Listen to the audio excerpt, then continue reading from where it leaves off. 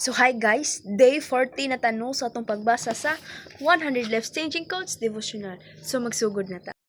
So last na ni siya sa theme nga encouragement, no? So madun po tas laing theme na pod ini kaugma. So happiness is not something ready-made. It comes from your own actions by Dalai Lama. So tinud jud no ang happiness wa jud na siya nga nana jud na daan, but kundi ato pa na siyang gihimo. No, it comes from our own actions, not just ready-made nung nanadaan, but atong gihimo.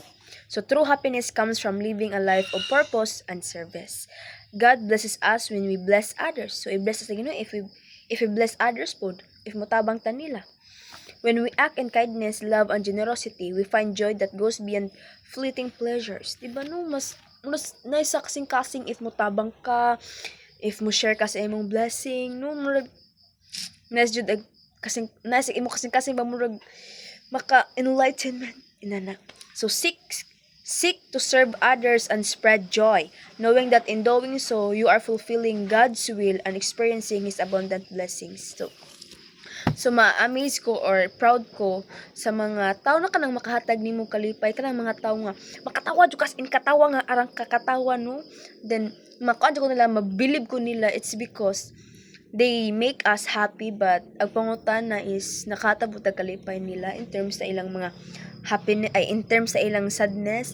Kay we don't know if sad ba na sila, kay sige sila pakatawa, di ba? Namtay friend nga inana jud, no, sa inyong group of friend na jud isa ka person nga di jud mo mailang nga naay problema everyday or naay problema ba, kay sige ra jud pakatawa ta, sige ra jud katawa pod.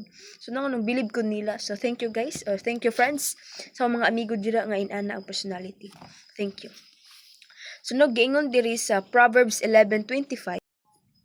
The liberal soul shall be made fat, and he that watereth shall be watered also himself. Sabi siya pa, ang kalag nga mahinatagon mahimong matambok ug katong bisibis pagabisbisan usab sa iyang kaugalingon. So ang challenge ninyo ron guys is try to bless others or share na inyo mga blessings. If namo yung mga talents, i-show na. Kay basing naadira or kana nga time na ay ma-amaze sa imo nga skills or talents sa imong pagkabutan, to ila po nang gamiton. Di ra sa ilang kaugalingon nga ilang i-apply, but sa uban po no ilang i-apply through others, di ba? Ano nice jud pug nice jud og mo bless mo sa uban or i-share ninyo ang blessing sa gatag sige sa uban, kay ikuan pa jud mo sa gina tagaan pa jud mo more blessing pagka jud, no? The one who blesses others is abundantly blessed.